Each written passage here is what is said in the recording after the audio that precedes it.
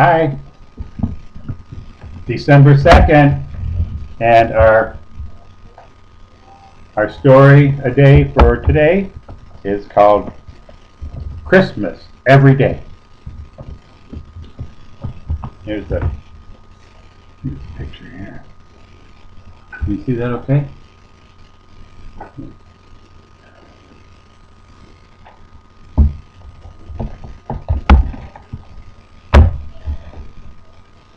Christmas every day. Once there was a little girl who liked Christmas so much she wanted it to be Christmas every day. And as soon as Thanksgiving was over, she began to send letters to Santa to ask if it could be so. Just the day before Christmas, she got a letter from Santa saying she could have Christmas every day for one whole year. And then they would see about having it longer. The little girl was already very excited, getting ready for the old-fashioned once-a-year Christmas that was coming the next day, so perhaps Santa's promise didn't impress her like it should have. She simply decided to keep the secret to herself and surprise everyone as it kept coming true. Then she forgot all about it. Oh, she had a wonderful Christmas. She went to bed early so Santa could have a chance to fill the stockings, and in the morning she was up first to peek into them and find a coin purse and a rubber ball and candy and all kinds of small presents. And then she waited till the rest of the family woke up, and she burst into the library to look at the large presents, dolls and a little stove and skates and a box of watercolors under the big sparkling tree. Oh, she had a splendid Christmas all day. She ate so much candy that she didn't want breakfast or for dinner. And for dinner she ate turkey and cranberries and plum pudding and nuts and raisins and more candy.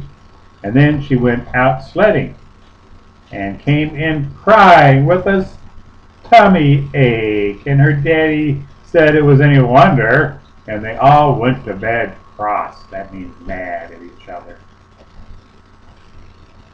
The little girl slept very heavily and very late the next morning, but she was awakened at last by the other children dancing around her bed with their stockings full of presents in their hands.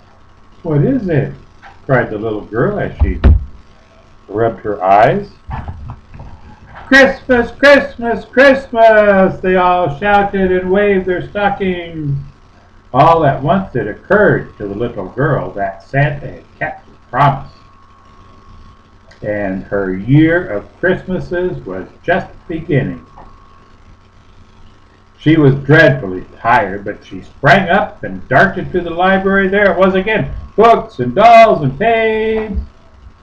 And there was the Christmas tree blazing away, and the family picking out their presents, but looking pretty sleepy, and her father confused, and her mother ready to cry. "Oh, what am I going to do with all these things?" said her mother. And her father said it seemed to him like they had just had something like this the day before, but he must have just dreamed it. The next day, it was the same thing over again, but everyone was getting cross. And at the end of the week, so many people lost their tempers that the little girl became frightened, keeping the secret all to herself. She wanted to tell her mother, but she didn't dare, and she was ashamed to ask Santa to take back the gift. So it went on and on and on. And it was Christmas on Valentine's Day and Washington's birthday and even April Fool's Day. Turkeys got to be thousands of dollars a piece, and cranberries went for a diamond a piece. All the woods and orchards were cut down for Christmas trees, leaving nothing but fields of stumps. And after a while they had to make Christmas trees out of rags and stuff them with bran. But there were plenty of rags because people got so poor buying presents for one another. They couldn't afford new clothes and just wore the old ones to tatters. After 4 months, the little girl, whenever she saw those great, ugly, lumpy stockings dangling at the fireplace and saw those disgusting presents around everywhere, well, she burst into tears. In 6 months, she was perfectly exhausted and just laid around, rolling her eyes and panting. Rolling her eyes and panting. By October, she took to sitting down on her dolls. She hated the sight of them so, and by Thanksgiving she was disgusted and just slamming our presents across the room. By that time, people didn't deliver presents nicely anymore, but flung them over the fence or through the window, saying, "Take it, you horrid thing."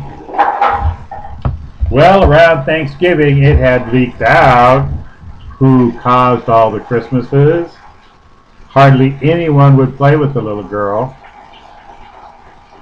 People perfectly despised her, for if it hadn't been for her greediness, all these Christmases never would have happened.